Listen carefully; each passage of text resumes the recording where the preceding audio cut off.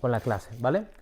Bueno, gracias. Bueno, entonces, ¿qué nos toca hoy por estudiar? Lo que haremos hoy será tratar de estudiar qué es lo que ha pasado o cómo es que surge la economía clásica, que es como la conocemos o como se llama en el libro.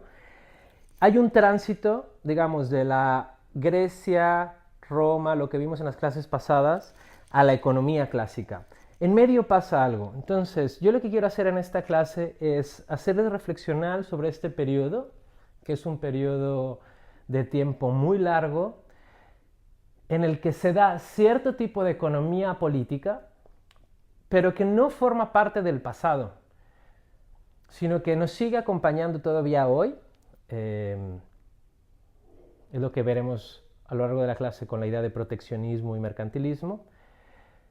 Pero lo más importante, más allá de la vigencia de este modelo de pensamiento económico, es que tienen que darse cuenta que la economía que veremos, o el pensamiento económico que veremos, que se llama economía o pensamiento económico clásico, se refiere a un cierto pensamiento económico que es la tradición liberal del pensamiento económico.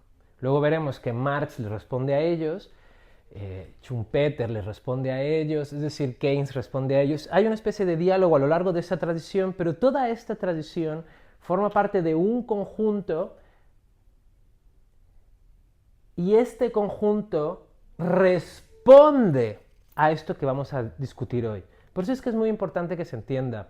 Es una pena, lo digo con todas las palabras, es una pena que el libro, la manera que ambos libros, que son muy buenos, para explicar el pensamiento económico, de economía política liberal, empiece precisamente ahí, y por eso lo dice ahí, ¿no? La historia del pensamiento económico inicia con la modernidad, con el pensamiento clásico, que es el pensamiento liberal. Pero para poder entenderlo hay que entender qué estaba pasando, porque al final el pensamiento liberal no solamente es una respuesta o una alternativa, es una promesa.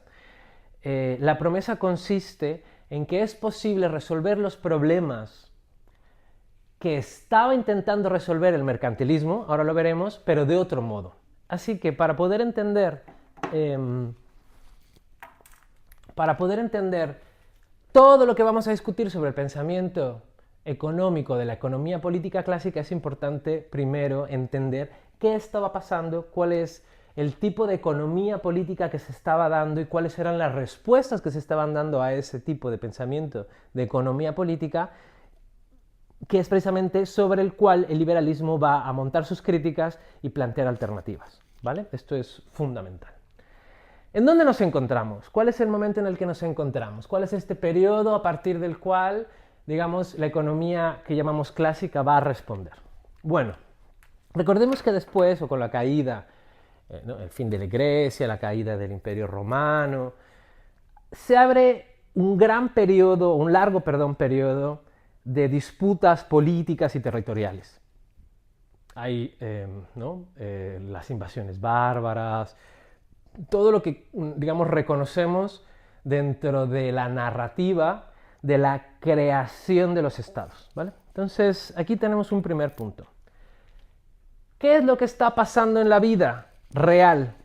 Recordemos que cuando planteamos nuestro curso entre economía y política, cuando planteamos nuestro curso de economía política, dijimos que iba a haber un vínculo, una relación entre lo que pasaba en la vida real y lo que pasaba en el mundo de las teorías. Esto es lo que vamos a ver.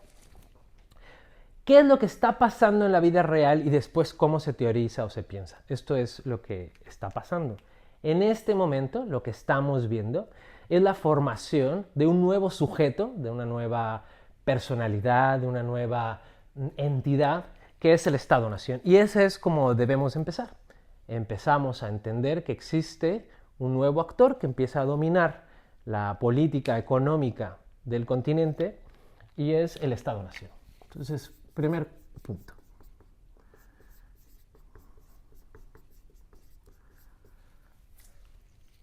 Ojo, lo que estamos viendo es la conformación.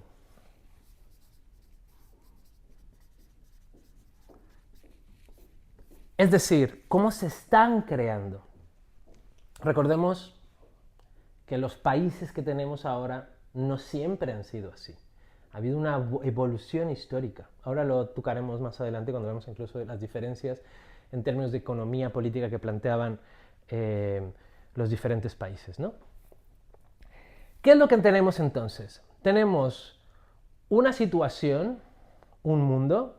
Recordemos que estamos más o menos entre el siglo XV, XVI, XVII, XVIII, ¿vale? Vamos a ponerlo así. ¿Vale? Y a lo largo de este periodo lo que vamos a ver es que se está dando una nueva conformación, una nueva organización que va a pasar de pequeñas ciudades o pueblos, ¿no?, a la conformación de estados-nación. Esto es importante, ¿por qué? Porque esto explica que el pensamiento económico-político de la época se oriente precisamente a este actor, al Estado-nación. ¿Qué es lo que va a pasar además en esa época que será después importante y que vamos a dejar aquí anotado porque después volveremos? En esa época además van a pasar dos cosas en términos económicos muy importantes. Por un lado, con la conformación de los Estados-nación iremos viendo un aumento en la intensidad, en la dinámica del comercio internacional. Vamos a llamarle ya internacional, ¿por qué? Porque en esta conformación de los Estados-nación empieza a haber más comercio. Esto no significa que no lo hubiera antes, ya lo hemos hablado. La idea del comercio existía desde la época clásica para nosotros en la filosofía política, ¿no? O sea, ya los griegos ya comerciaban, ¿no?, entre las islas del Mediterráneo, ya había de la región del Mediterráneo, ya había un comercio, o sea, el comercio ya existía. Lo que vamos a ver es que ahora ese comercio se hace, se orienta, se plantea a partir del Estado-nación. Otro dato paralelo que es importante considerar en la época. Vamos a tener el descubrimiento, digamos, del Nuevo Mundo. Esto va a ser muy importante, de una vez lo adelanto, cuando veamos que una de las maneras en las que se va a plantear teóricamente que el Estado-nación puede aumentar su riqueza, ahora veremos por qué es tan importante la riqueza, una de las maneras en las que el Estado-nación puede encontrar su riqueza va a ser, entre otras, por el descubrimiento o la conquista de nuevos territorios, ¿vale? Por eso es tan importante, sobre todo cuando veamos el valor del oro y los metales. ¿Vale? Eso es lo que está pasando en términos reales, ¿no?, de la economía real, la economía política que veríamos si nos transportáramos en la historia a esa época. ¿Cómo se constituye, por ende, el pensamiento económico de la época? ¿Qué es esto sobre lo cual el liberalismo va a plantear una alternativa? Esta época, a este pensamiento económico, que, ojo, sigue estando hasta nuestros días, ya lo veremos cuando acabamos la clase, a este pensamiento económico que va a estar orientado en el interés del Estado-nación, particularmente en el aumento de su riqueza, ahora lo veremos,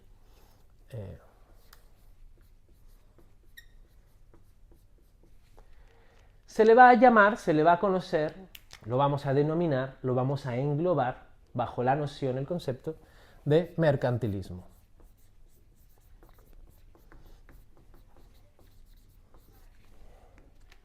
Ojo, la noción de mercantilismo es una noción que viene posterior. De hecho, al parecer, es acuñada, o quien mejor la utiliza, es Adam Smith para describir precisamente esa economía distinta a la suya, ¿no? Es decir, ese mercantilismo, en términos como despectivos, ¿vale? Entonces vamos a tratar de entender por qué Adam Smith la llamaba así, de forma despectiva, cuáles eran esos supuestos a partir de los cuales o desde los cuales el liberalismo se distancia. ¿Ok?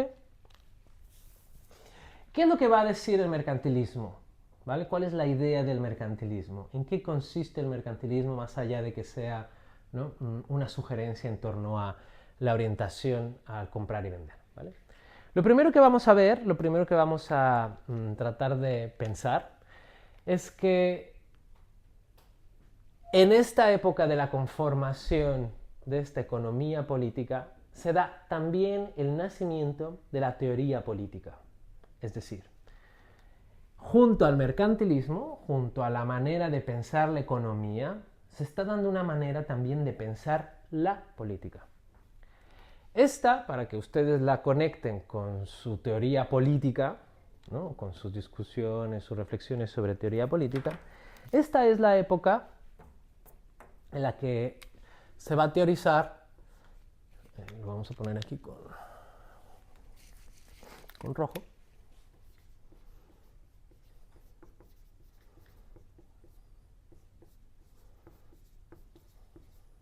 el Leviatán de Hobbes, ¿vale?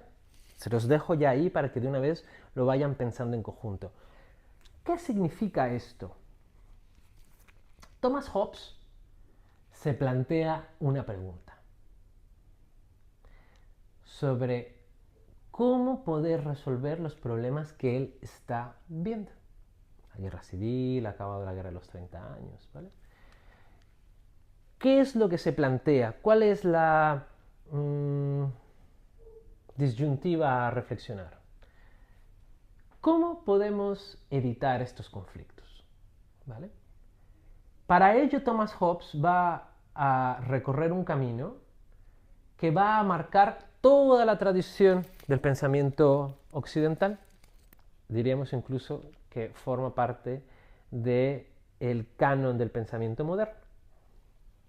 Va a ser a partir de esto que el liberalismo va a plantear una alternativa distinta y luego veremos que también Marx, pero antes Rousseau, va a plantear otra alternativa distinta. ¿Vale? ¿Otra alternativa distinta a qué?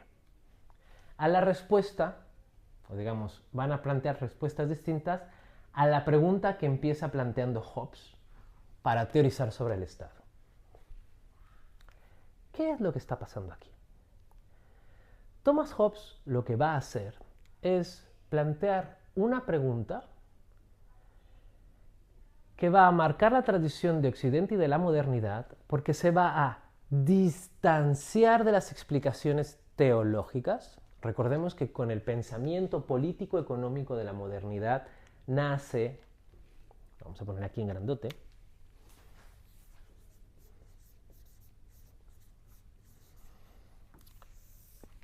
la ciencia. El objetivo de la ciencia era describir,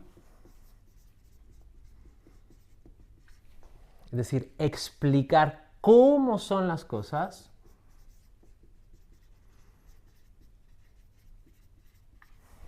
cómo funcionan, pero no con el objetivo solamente de conocer, sino después poder implementar ese conocimiento. ¿Vale? Es la parte prescriptiva de la ciencia. Si yo digo que esto va a ser así, pues entonces yo sé a futuro lo que tendría o no tendría que hacer. ¿Vale? ¿Qué es lo que va a plantear Hobbes?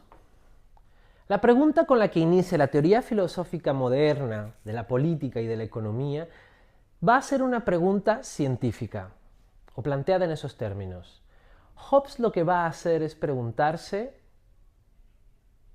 sobre la naturaleza humana. Hobbes va a decir,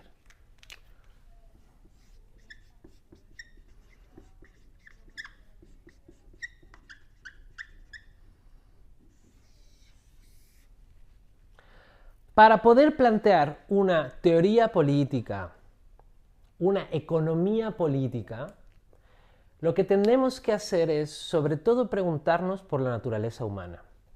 Abramos un paréntesis. ¿Qué tiene que ver? ¿Cómo puede ser? ¿Cuál es la relación entre la pregunta sobre la naturaleza humana y todo esto que me estás contando del Estado-Nación, la riqueza, el nuevo mundo, el comercio internacional? Vale. ¿Cuál es el contexto? Lo que se plantea Thomas Hobbes con este ejemplo de la naturaleza humana y que es el que va a determinar las reflexiones no solamente de esta tradición, del mercantilismo o podemos llamarle proteccionismo que en realidad es la versión económica de lo que llamamos realismo, lo que va a plantearse es, ¿no?, el ejercicio que nos va a proponer es este. ¿Qué pasaría? ¿Cómo sería el mundo? ¿Cómo sería la sociedad si todos viviéramos en una situación de anarquía?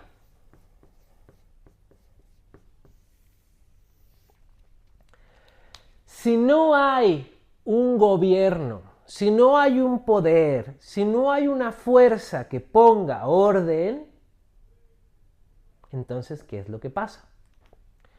Lo que nos va a decir Hobbes con este ejercicio es que para poder responder a la pregunta de qué pasaría si no hay gobierno, si de repente nos encontráramos solos, lo que tendríamos que preguntarnos es cómo somos las personas para entender qué es lo que podría pasar. Hobbes plantea que las personas somos o tenemos una serie de características por naturaleza, que somos así. Atención, porque estas tres cosas que voy a decir las comparte la tradición realista de Hobbes, es decir, el proteccionismo, las comparte el liberalismo, que es lo que después estudiaremos las próximas semanas, y después también las compartirá Rousseau y luego Marx y la tradición que se abre a partir de ahí, de crítica a los propios planteamientos tanto del realismo como el liberalismo. Estas tres cuestiones que voy a mencionar son herederas necesariamente, son parte de la Ilustración, son las grandes contribuciones al pensamiento y forman parte, son los pilares de estas tres tradiciones. Lo que veremos es que las tres llegan a conclusiones diferentes, pero a partir de los mismos supuestos, que esto es lo interesante. ¿Qué dirá Hobbes? Hobbes dirá que las personas, o digamos, para poder pensar ahora, tras la Ilustración, con sus adelantos, lo que dirá es, primero, para poder pensar qué pasa en una anarquía, lo primero que hay que hacer es fijarnos, y ese es el primer giro que provoca la Ilustración y será el planteamiento fundamental del proteccionismo y después del liberalismo, sobre todo en esta parte, hay que pensar ahora en individuos. Es decir, ya no estamos hablando del rey o de la iglesia, sino de personas. Hay personas concretas. Estos individuos, además, son racionales. Es decir, que estos individuos son capaces de pensar lo que les conviene, lo que quiere, tomar decisiones estratégicas, las que les den más ganancias, las que eviten las pérdidas, ¿vale? Y sobre todo, son libres. Es decir, estas personas que van a pensar sus estrategias son libres de actuar así. La pregunta que dirá Hobbes es, ¿vale? ¿Son libres de actuar para qué? Aquí es donde se empieza a complementar el cuadro sobre el cual el proteccionismo trabaja y que es después sobre el cual el liberalismo planteará una alternativa. ¿Qué es lo que va a decir Hobbes, la tradición realista sobre la cual se sostiene todo el pensamiento económico político del proteccionismo que nos llega hasta hoy? China, Trump, la versión, digamos, neoproteccionista de algunos países ahora mismo de la esfera europea, ¿no? Lo que van a decir es que la naturaleza humana, que somos individuos racionales y libres, estamos orientados, movidos, nuestra finalidad, lo que nos empuja, lo que está ahí para todos, lo que buscamos,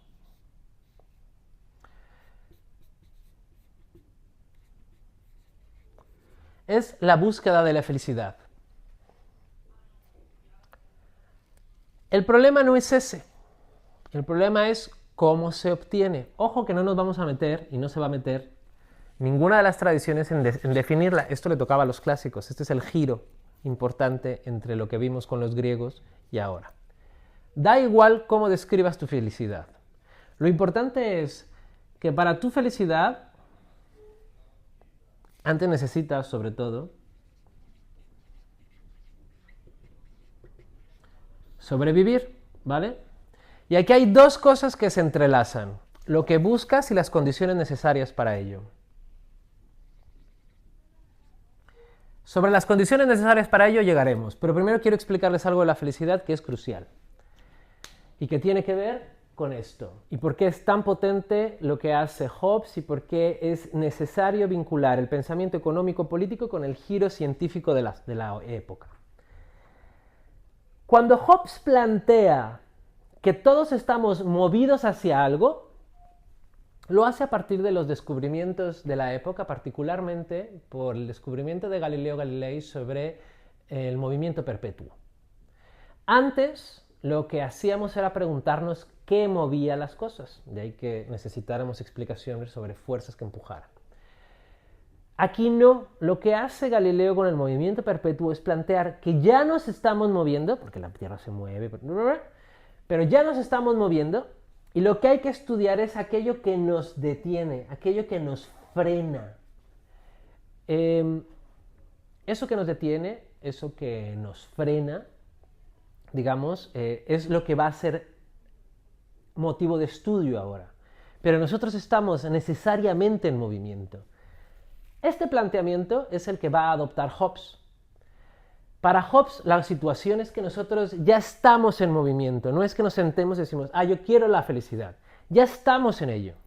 Todos estamos impulsados, empujados a lo mismo. La pregunta es, ¿cómo lo conseguimos? Ahí es donde está el problema.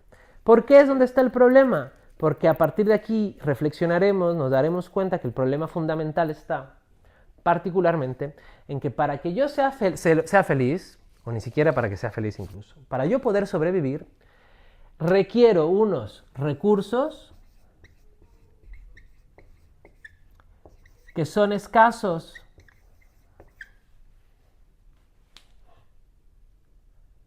Aquí es donde empiezan los problemas. Aquí es donde empieza la política.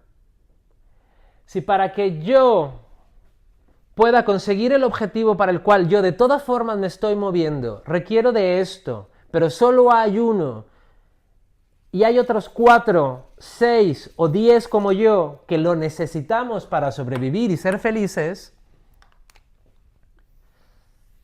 lo que va a pasar, la consecuencia de eso, en una situación de anarquía donde no hay nadie que establezca cuáles son los criterios para repartir, lo que va a pasar es que habrá una lucha, una especie de, esto es lo que dirá Hobbes, estado natural en el cual el hombre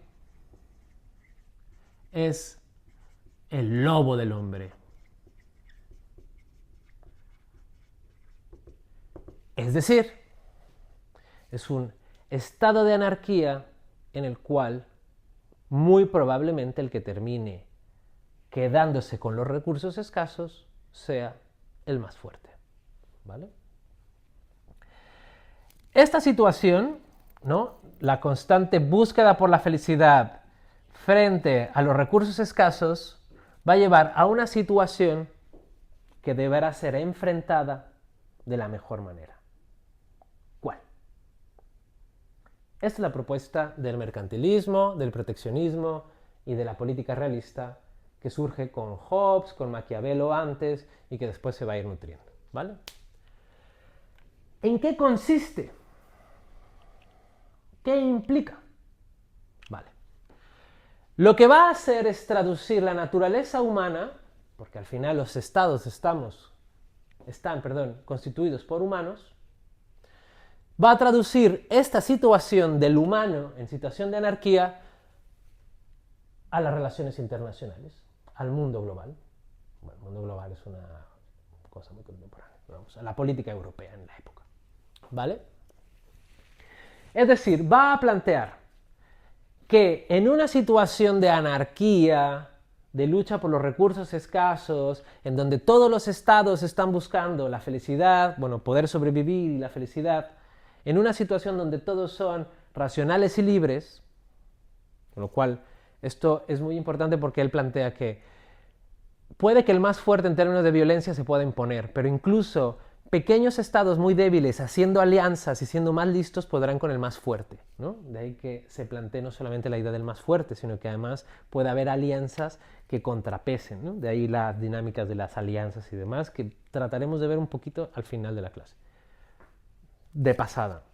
Porque el punto fundamental a lo que queremos llegar en la clase para entender el mercantilismo y el proteccionismo es entender cuáles son los fundamentos políticos, teóricos, filosóficos del proteccionismo y por qué sigue hasta hoy. ¿Vale? ¿Por qué sigue hasta hoy? ¿Vale? ¿Qué es lo que va a decir entonces el proteccionismo? Dadas estas circunstancias, dado que el mundo es una anarquía donde los estados-nación están buscando su felicidad, ¿cuál puede ser esa, no, la felicidad en una situación de recursos escasos? ¿Cuál puede ser la economía política que mejor garantice esto? ¿Vale? Ese es el marco. Vale. Es que quiero ver dónde se los pongo para no borrar. Lo que va a decir entonces el proteccionismo es lo siguiente. Los estados-nación, para poder conseguir esto, para poder ser capaces de ser felices y sobrevivir, necesitan recursos. ¿Vale? ¿Cómo se consiguen estos recursos? Esto va a ser la clave. Lo que va a plantear, y este es el postulado del mercantilismo, lo que va a plantear como tesis central el mercantilismo es que el objetivo fundamental, por todo lo que he contado, ahora veremos los detalles, el objetivo fundamental de la economía política es pensar aquellas características que favorezcan la riqueza del Estado-nación. ¿Por qué? Porque se va a entender que la riqueza va a ser el medio no solamente para satisfacer las necesidades, sino medio incluso para poder protegerme. Se va a decir en la época que el dinero, ¿vale? Digamos, el dinero, la riqueza, es fundamental para poder primero protegerme en una situación de anarquía. Ojo, esto es muy importante, porque lo que él está diciendo es que si tú no lo haces, si tú no entiendes esto, lo que va a pasar es que va a venir el vecino y te lo va a hacer a ti. Así que más te vale espabilar, entenderlo y actuar en consecuencia. Actuar en consecuencia es por tu propio bien, porque si no, no vas a poder sobrevivir, ¿vale? Como yo estoy amenazado, no tengo opción más que tener un ejército. En esa época no hay ejércitos profesionales, eso vendrá mucho después, precisamente es Napoleón el primero en que consigue construir un ejército profesional organizado, Pero antes se pagaba a la gente por ser parte, ¿no? Mercenarios, que ahora hablaremos también de los piratas. Por lo tanto, se entiende que el objetivo fundamental para poder sobrevivir es aumentar la riqueza de los estados. La pregunta, ¿cómo se mide la riqueza en esa época? Que es la pregunta fundamental. ¿Cómo se mide la riqueza en esa época? La riqueza en esa época se va a medir a partir del oro y los metales preciosos. El oro y los metales preciosos van a ser no solamente el recurso, sino el medio para obtener esos recursos. Se entiende se entiende en la época que para que el Estado pueda protegerse de amenazas y conseguir su felicidad, tiene que incrementar su riqueza, y la riqueza se mide en oro y metales preciosos, ¿vale? Es ahí, digamos, donde se plantea el objetivo de la economía política. Si el objetivo de la economía política, por una situación de anarquía, de amenazas, de búsqueda de la felicidad, en escasos recursos, nos dice que hay que aumentar la riqueza, pues entonces se entiende que la pregunta sobre cómo aumentar la riqueza de los estados sea la pregunta principal del mercantilismo y del proteccionismo. O dicho de otra manera, que el proteccionismo sea la respuesta a la pregunta sobre cómo aumentar la riqueza de los estados, ¿vale? Y ahora ya vamos a ello. Es decir, cuando en la época se preguntan cómo hacer para aumentar la riqueza, porque ojo, abramos un paréntesis.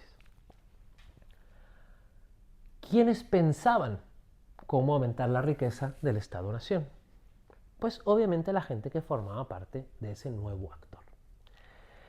Antes, ¿no?, con los griegos teníamos a filósofos profesionales, por llamarlo de alguna manera, ¿no? Platón, Aristóteles, se dedicaban a ello. Pensaban, digamos, por el placer de pensar, ¿no?, de encontrar la verdad. Después de ellos viene un pensamiento teologal que plantea, por ejemplo, pues una contradicción en términos del trabajo, porque lo que tenemos con el catolicismo es una especie de contradicción entre, por un lado, el castigo divino, ¿no? La primera vez que se nos cuenta sobre el trabajo es como un castigo. Adán y Eva vivían en el paraíso y todo muy bien, como desobedecen la palabra del Señor, son expulsados del paraíso y condenados a trabajar, ¿vale? Es una condena el trabajo. Ganarse el pan con el sudor de la frente es un castigo por no haber valorado el paraíso. Esa es una connotación negativa del trabajo. Luego vendrán otras connotaciones positivas del trabajo que dignifican al humano a partir de trabajar.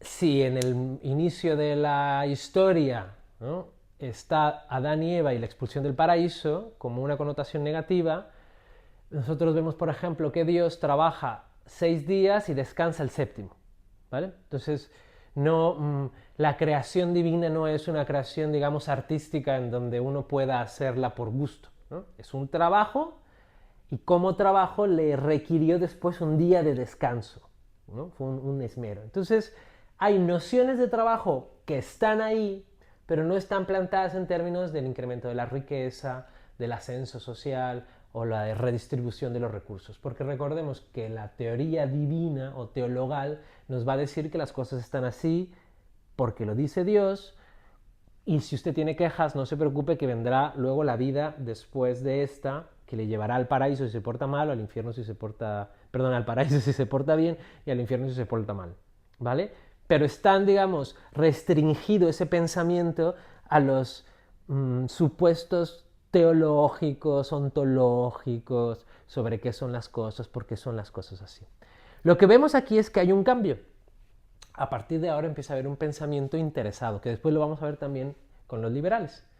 Cuando empiece el pensamiento clásico liberal, veremos que es pensamiento surgido desde la burguesía que intenta buscar un papel frente al Estado y la Iglesia. Es decir, frente a esto que se está pensando. Es decir, ¿qué o quiénes son los que están pensando esto?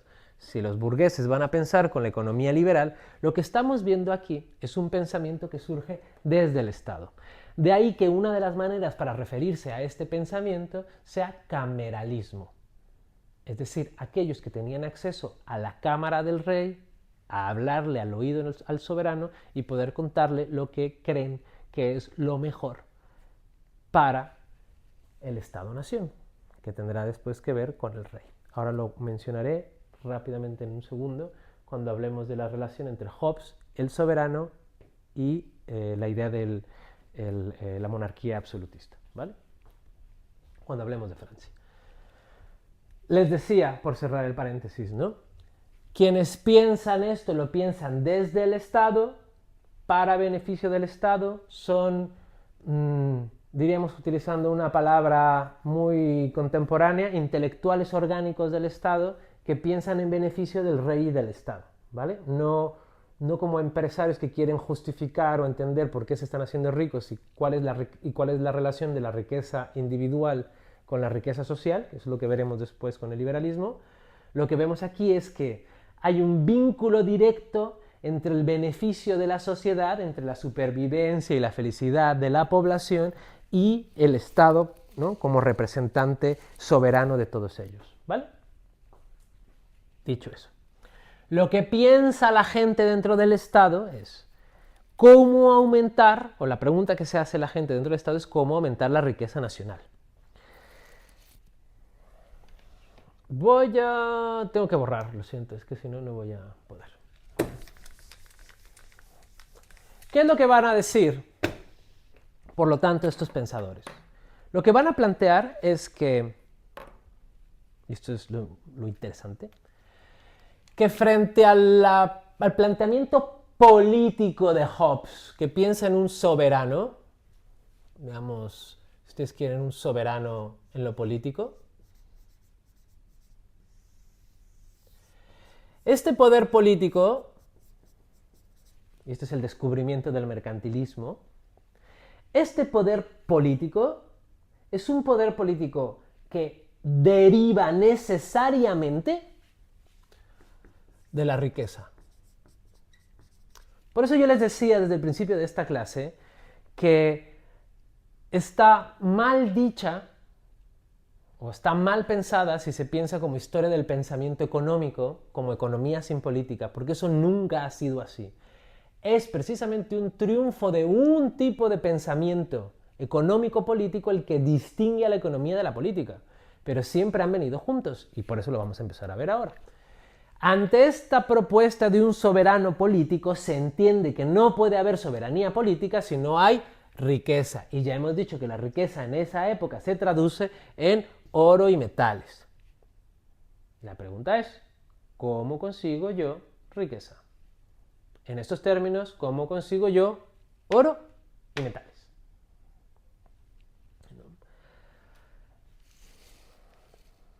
Van a haber unos caminos que ya he enunciado. Uno de ellos será, por supuesto, nuevos territorios, nuevas colonias.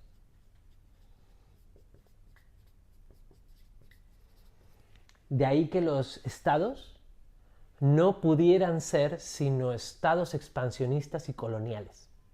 No es justificación para el colonialismo, solo es entenderlo. Entenderlo significa justificar, ¿vale? Una cosa es entender por qué alguien se ha equivocado, pero aún así sigue siendo un error, pero entender el error, ¿vale? Si yo lo que necesito son estos recursos porque si no mi supervivencia está amenazada, yo necesito nuevos territorios.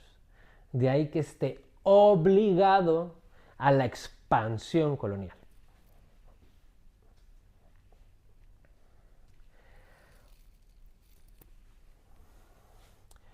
Se requerirá también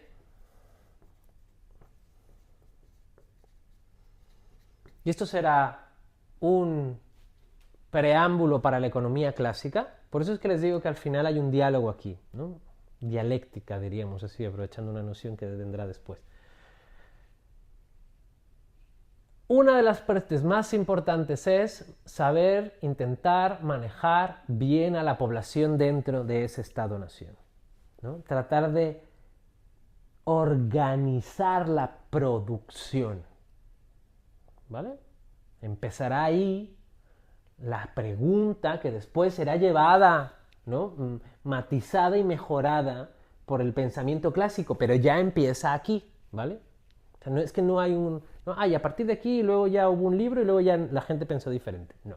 ¿no? Es un diálogo constante. Ya lo veremos cuando aparece Adam Smith y las correcciones que se le hacen a Adam Smith, ¿vale?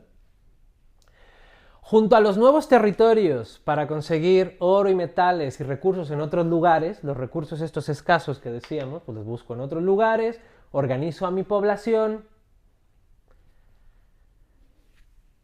y esta es la clave fundamental, les decía que había tres situaciones importantes. El Estado-Nación como sujeto político que aparece, o sujeto político central.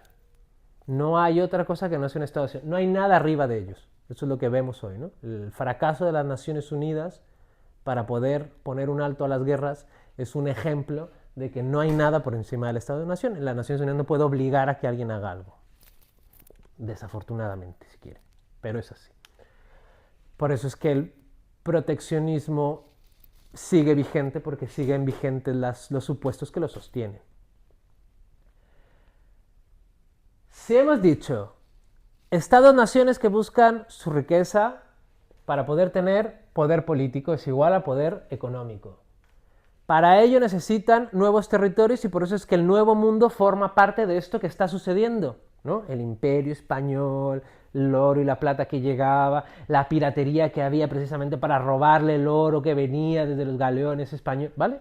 Todo eso es, ¿no? El mundo de la piratería, el traslado de plata y oro desde las nuevas, ¿no? desde el continente americano hacia España y Europa, tiene que ver con esto, ¿vale?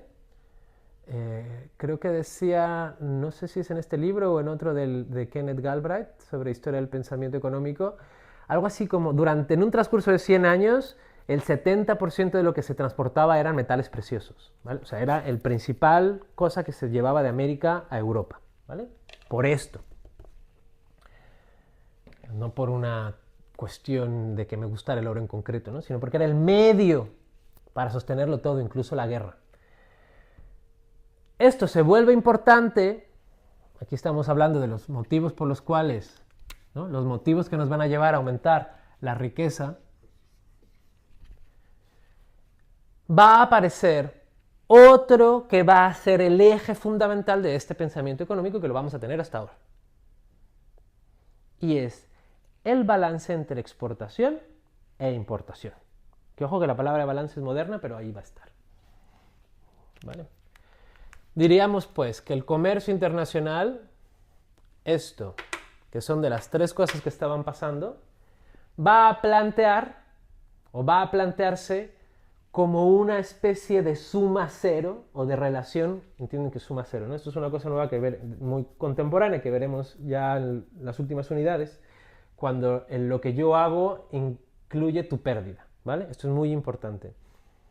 Esto le vamos a llamar después, o le podemos entender como, ¿no? Al mercantilismo y al proteccionismo, como la filosofía de, ¿dónde lo pongo? Aquí.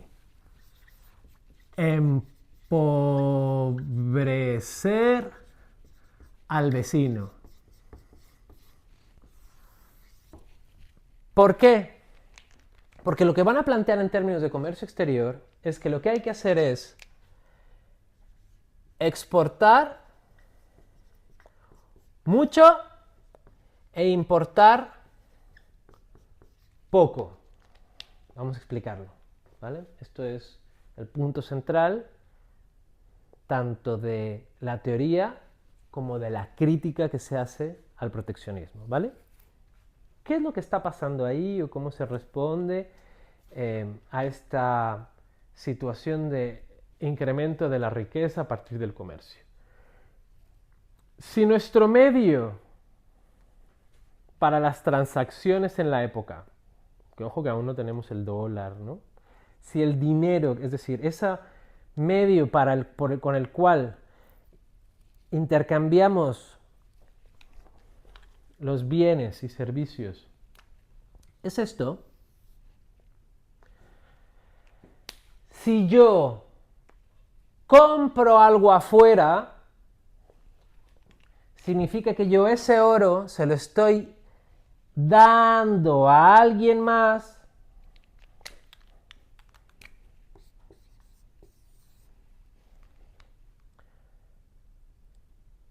a cambio del producto que él me está vendiendo.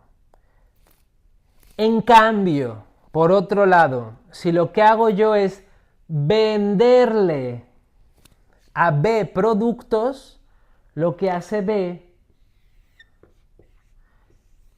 es darme oro. Con lo cual tiene sentido que yo maneje a la población de cierta forma para que produzcan. Esto es la antesala de lo que luego nos va a decir David Ricardo. Si es que todo está aquí ya. Con otros motivos, pero ya viene desde aquí la intuición, ¿vale? Yo le voy a vender a alguien, ¿no? Por eso manejo mi población, para poder producir y venderle algo a B y que venga el oro, pero comprar pocas cosas fuera para que el oro no se me vaya de la casa. ¿Por qué? Y esto es lo importante para entender el mercantilismo también, se va a entender el valor de la riqueza nacional, ¿no? El valor de la economía de un Estado, va a ser equivalente a la riqueza del soberano.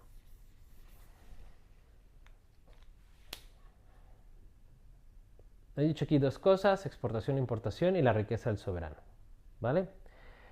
Voy a decir un poco de las cosas sobre la exportación e importación, ya para terminar esta parte y se entienda por qué el mercantilismo es proteccionismo y por qué sigue hasta hoy. Y luego voy a plantear unas cuestiones sobre el soberano y ya con eso terminamos la clase, ¿vale? Exportar e importar. Una de las características de este pensamiento, planteado así, es que va a sugerir que lo mejor es proteger la economía. Es decir, no importar lo que va a afectar mi economía local y exportar aquello que me va a traer más riqueza nacional.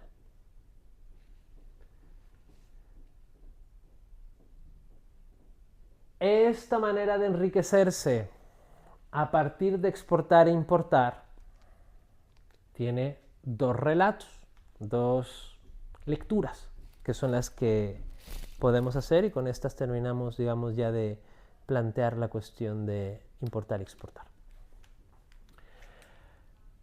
Por un lado, plantea la... ¿Dónde está?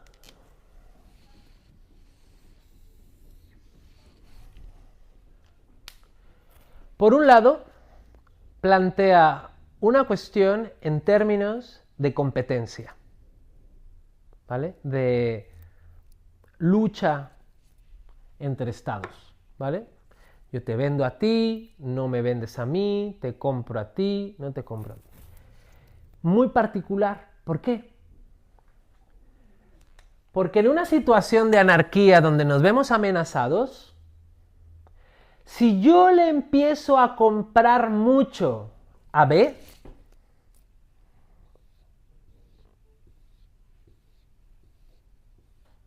¿qué es lo que pasa? Que B empieza a acumular y acumular y acumular y acumular y acumular y acumular oro. Es decir, lo que estoy haciendo yo al comprarle a B es... Ahí está escrito. Yo lo que estoy haciendo al comprarle a B, al aumentar la riqueza económica de B, es aumentar la riqueza política de B. Esto es China ahora. Nos preguntamos, ¿cómo ha hecho China para ser hoy el país que es particularmente económico? Pues chicos y chicas, y hombres y señoras que están del otro lado de la pantalla, miren alrededor.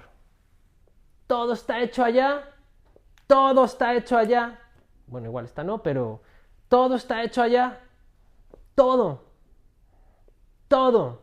Llevamos años y años y años y años y años haciendo una transferencia de recursos.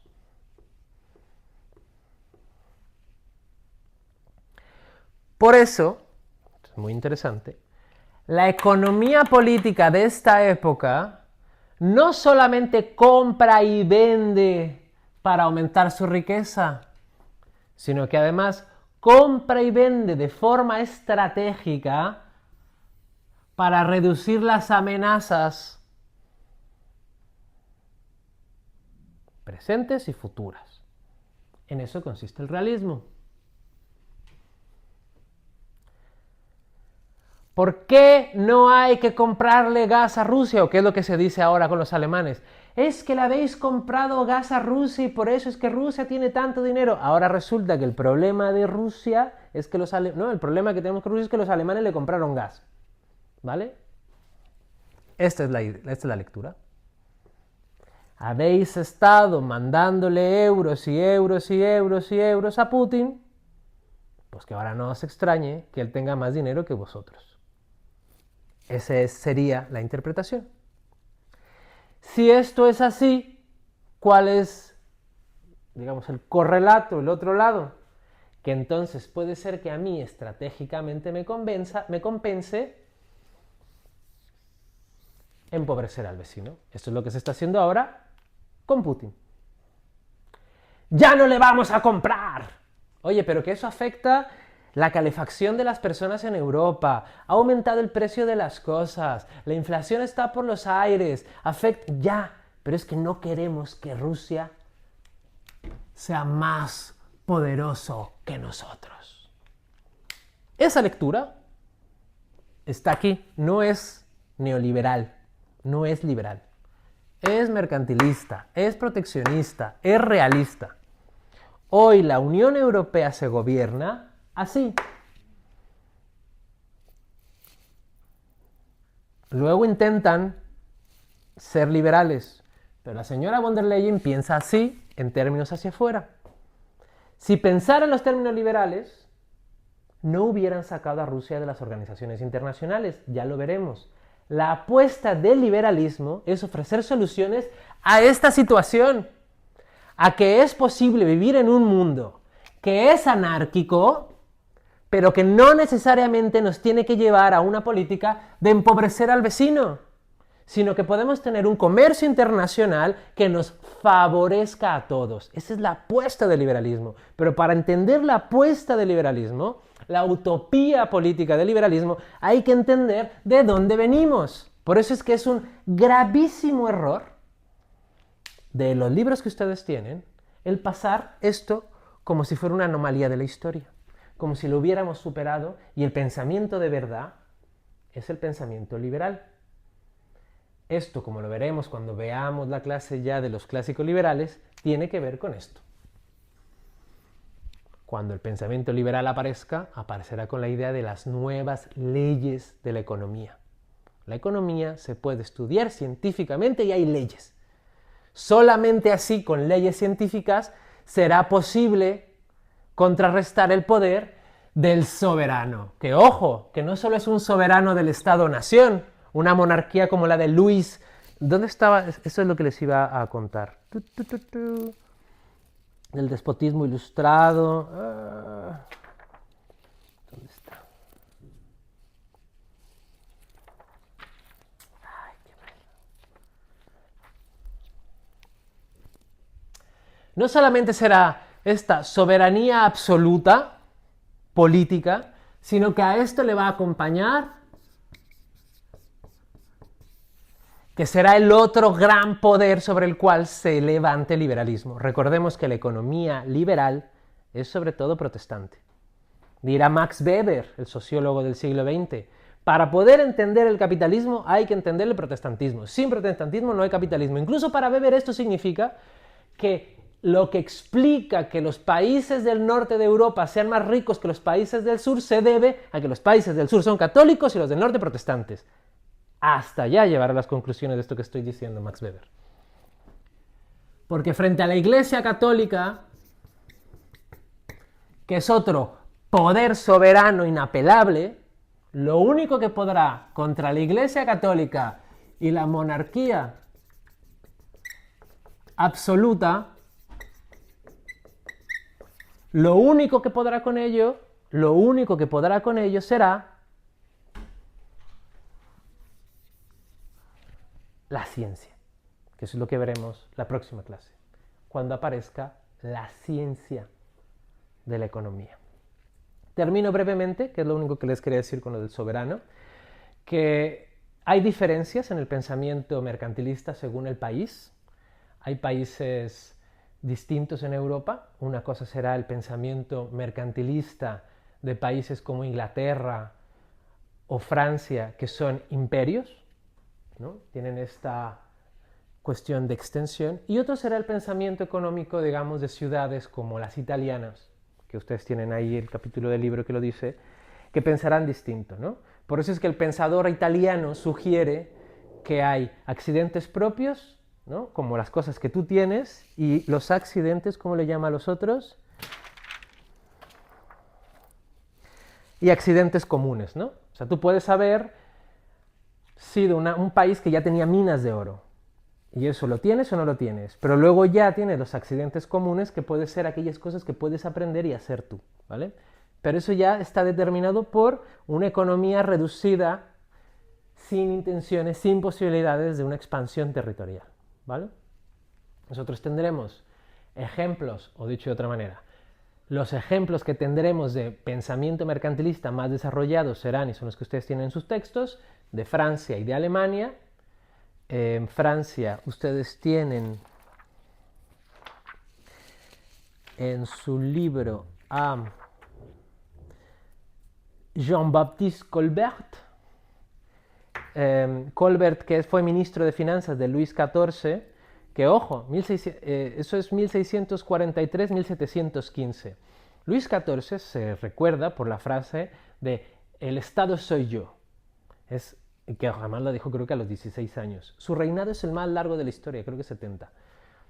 Pues esta idea del soberano absoluto, que analiza la riqueza como si fuera suya, vendrá acompañada de un pensamiento como el del ministro de Finanzas suyo, de Colbert, que empezará a sugerir ciertas medidas.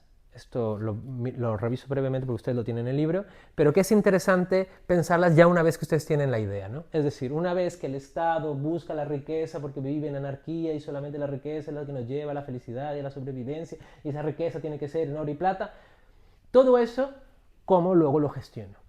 Entonces vemos, por ejemplo, en Francia el principio o el inicio de una administración pública, una manera de organizar el Estado. Por eso es que luego llega ya con Napoleón a ese ejército bien organizado. Hay presupuestos, empieza a haber presupuestos nacionales a partir de la riqueza nacional, empieza a haber precisamente una contabilidad, que no será la contabilidad de después, que ya lo veremos con la economía clásica, pero ya se empieza a hacer una contabilidad que revise la riqueza total de la nación. Empieza también a haber una administración con los nuevos territorios también implican nuevas administraciones fuera, lo de las Indias orientales y occidentales, que requiere también una teoría de la organización, una teoría de la administración que empezará ahí, ¿no? Toda la teoría de las organizaciones, políticas públicas que hoy tenemos, ya empieza desde ahí.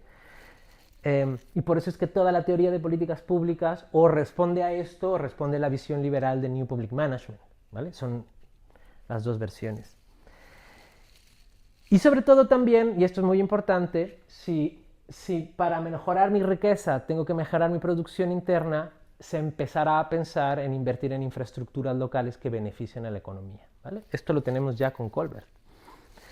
En Alemania y el cameralismo se le agrega la versión jurídica, es decir, la contribución del cameralismo es sobre todo en términos jurídicos, leyes, constituciones, ¿no? Esto que está pasando en la administración pública en Francia, acá se piensa más bien en términos de código legal, de política tributaria, y en ambos casos se empieza, pero sobre todo en Alemania, a pensar la idea del funcionario, ¿no? La persona que trabaje para el Estado, ¿vale? Con eso ya termino. Eso serían, digamos, algunas distinciones entre países. Pero lo importante que me parece destacar, y ya como conclusión, es que entendamos que la idea de proteger la economía nacional, favorecer las exportaciones frente a las importaciones, es solamente un mecanismo, una respuesta ante estas preguntas. Cómo beneficiarse, cómo sobrevivir, cómo ser feliz en una situación de escasos recursos y de anarquía. Esto es importante, ¿por qué? Porque veremos que el liberalismo y luego otra tradición que empieza con Rousseau y luego sigue con Marx, van a empezar de lo mismo.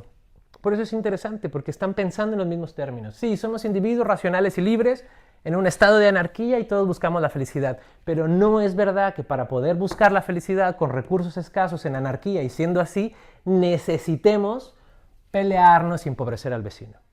El liberalismo por eso es una gran apuesta. Es una apuesta para que esto no sea necesariamente así. ¿Vale? Con esto terminamos la clase. No voy a quitar el video. Cualquier duda que tengan, pues ya me la hacen llegar.